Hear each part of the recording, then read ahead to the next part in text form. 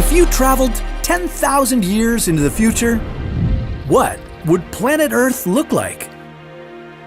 Would most of its surface be covered in volcanoes? Or would it be frozen in ice? What if you traveled even further, to 1 million years in the future? Would all of the oceans have evaporated?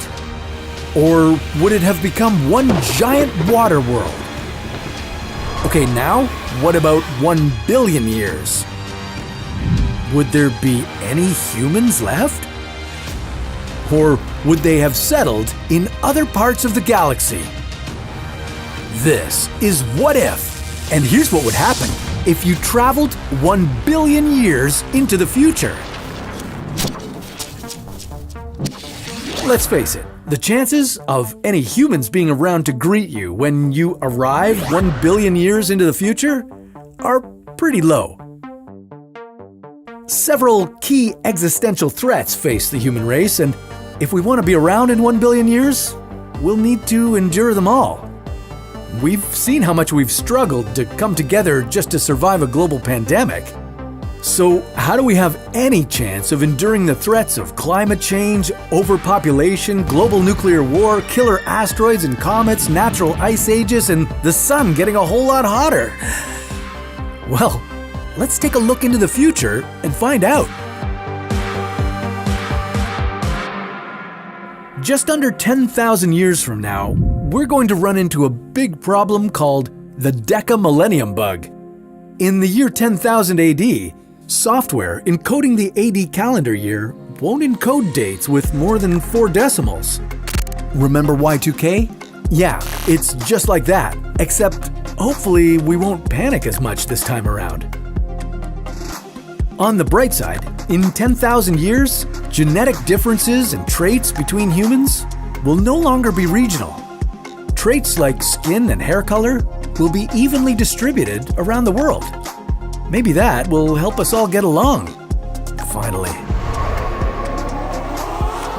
20,000 years into the future, none of the current languages will be recognizable.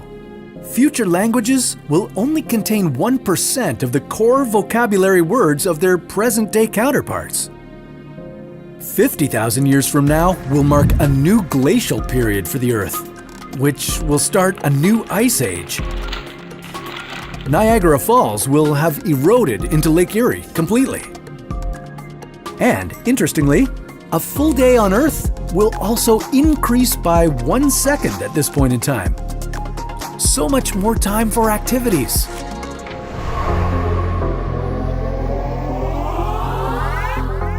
In 250,000 years, the Loihi volcano will rise above the water to form a new island in Hawaii. And in 500,000 years, it's likely that an asteroid with a diameter greater than 1 kilometer will hit Earth, unless we can prevent it. The resulting crater will be no less than 400 kilometers across. It will start fires all over the planet and make the air unbreathable. So there's something to look forward to. And in case that's not enough, in 1 million years, we'll likely have another supervolcano eruption, large enough to spew out 3,200 cubic kilometers of ash. It would produce enough lava to fill 75% of the Grand Canyon. This would be similar to the Toba eruption that almost wiped out humanity 70,000 years ago.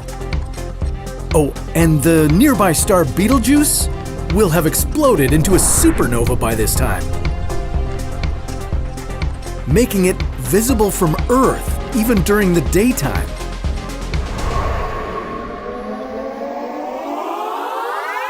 In 2 million AD, humanity will have settlements throughout the solar system.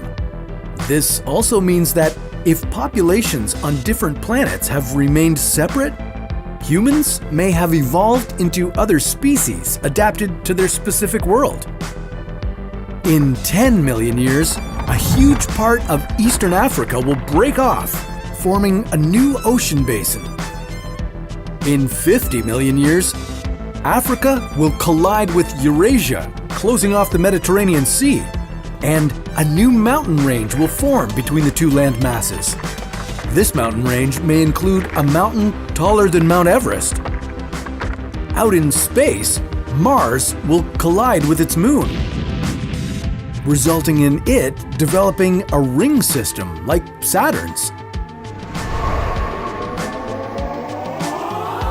In 60 million years, the Canadian and American Rockies will have eroded entirely. In 80 million years, all Hawaiian Islands will be below the water. In 100 million years, an asteroid similar to the one that killed the dinosaurs 66 million years ago will likely hit Earth, one that is 10 kilometers wide.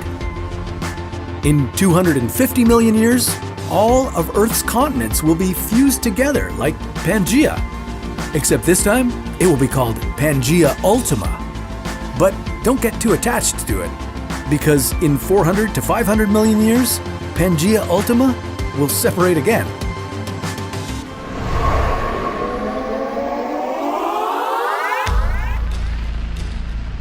In 500 to 600 million years, a gamma ray burst will likely occur within 6,500 light years from Earth. If it strikes Earth, it could damage the ozone layer and trigger a mass extinction.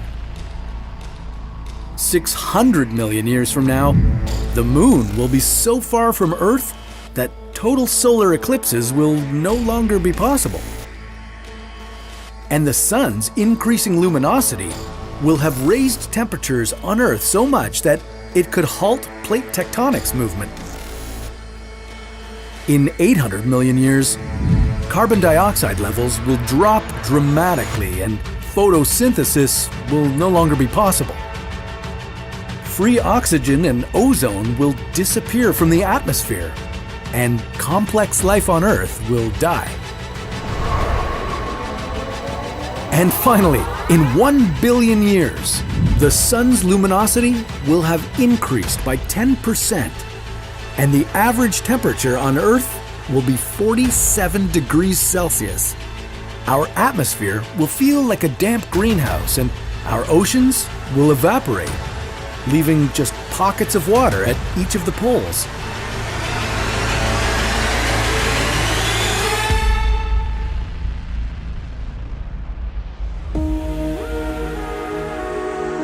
When you arrive here in your time machine, be mentally prepared to take in a planet Earth that looks nothing like the one you remember.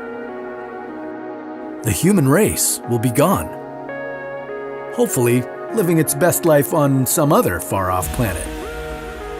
Because of the intense heat, lack of water, and lack of breathable air, Earth will be uninhabitable. So you probably shouldn't stay too long. Instead, you should head out to see the rest of the solar system. Maybe you'll find your fellow humans there, or some other form of intelligent life. But that's a story for another What If.